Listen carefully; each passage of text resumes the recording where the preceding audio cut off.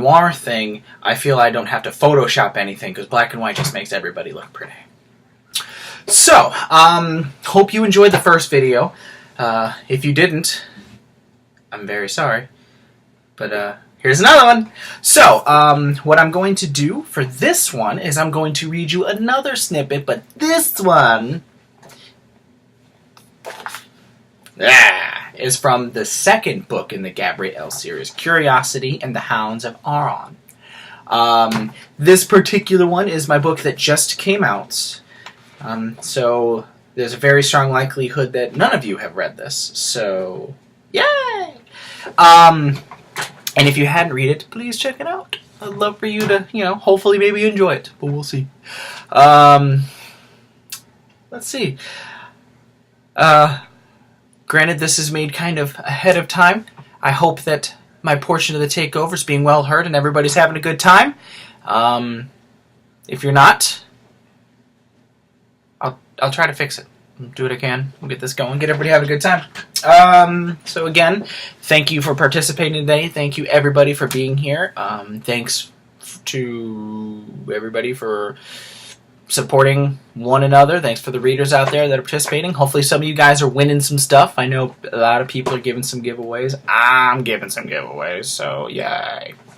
Alright, so without further ado, we're going to read the section from Curiosity and the Hounds of Auron. Guess what? This one is chapter 5. And is also 5 pages. I'm starting to see this thing where, like, if you're wondering if my books are going to be any good, just skip to chapter 5 and see where the pace is. That's what I'm writing the 3rd book now, and I feel like now I got to kind of keep that momentum. All right. She slits sheets for the sheet slitter's wife, while the sheet slitter's daughter is busy slitting sheets. Chapter 5. I could do it in this voice, but I only know how it sounds in my head, and not out loud, and it might be annoying.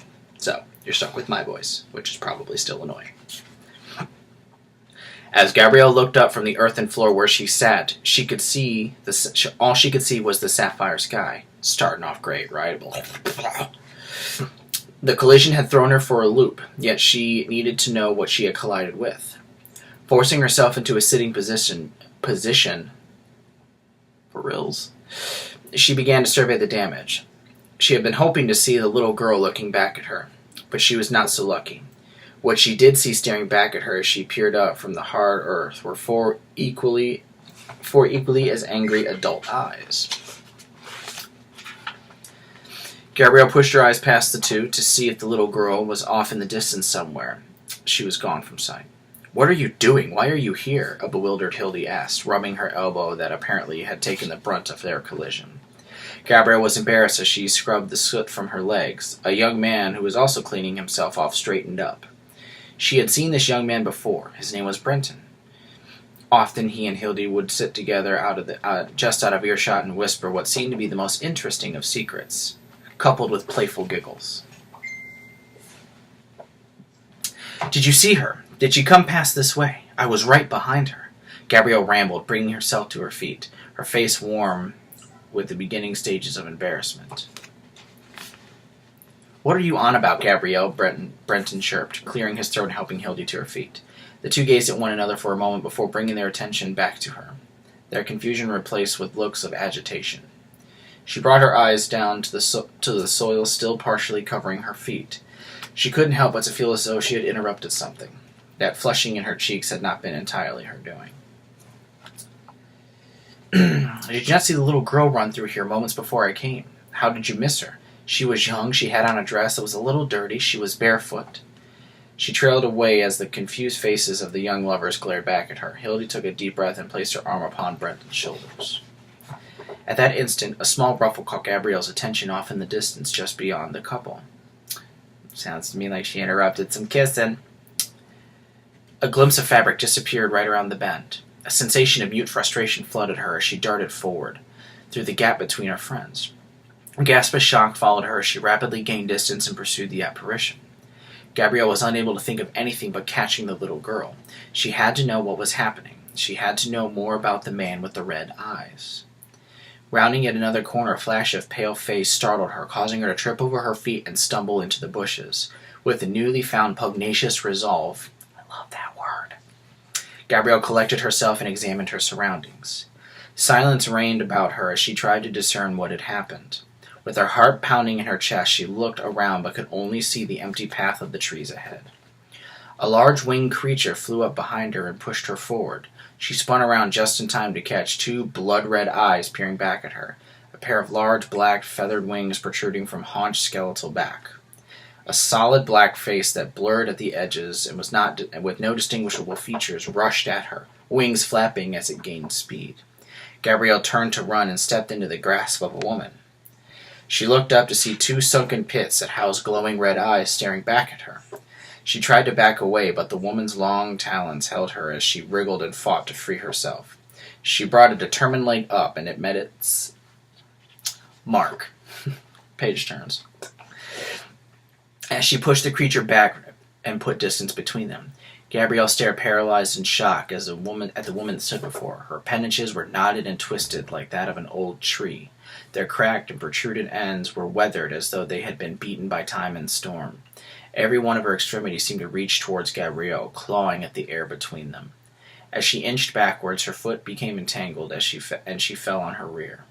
The large winged monster stood behind her, its crooked head to its side, and let out a screech unlike anything that she had ever heard. The woman trundled towards Gabrielle, each vine-like appendage stretching out to her. The creature's mouth dropped open as if it meant to say something, but no words escaped. She screwed her eyes shut and screamed as loud as she could. She continued to scream. Her screams only stopped when Brenton was by her side.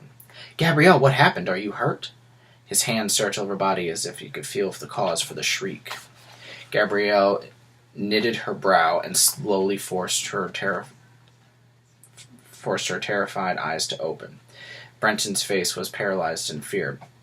But it wasn't from the monsters. They were alone on the path. They. Gabrielle broke into sobs as she couldn't think of the words to explain what had just happened. Brenton took her into his arms and rocked her until her sobs lightened and she brought her tear-stained face up to meet his. "I'm sorry. I just fell, and, I tripped and, scared myself. I think I'm all right now." Brenton helped the still-shaking Gabrielle to her feet and shook the dirt from her skirt and, from the skirt of her dress, She put his arm around her and walked her back to where Hildy waited in nervous anticipation for them. "Are you sure that you are all right?" Brenton asked, as they rounded the corner and made their way over to Hildy. "I'm sure. Really, I'm okay," she replied, a tremble still noticeable in her voice. That sounds good. Just kidding. Well, that concludes the second video of my takeover. I don't think you'll be getting any more. I'm best taken in shifts. So, anyway, thanks for coming by. Hopefully you enjoyed the readings of the books. Hopefully you think, hey, you know what? That sounds good. I think I'm going to read that in the future. Good luck to you all. Hopefully everybody here wins something. And yeah, again, thanks for stopping by. Zach Chopchinsky, Bowtie Author, signing off from my videos. And enjoy the rest of all the takeovers from all my friends. Have a good day.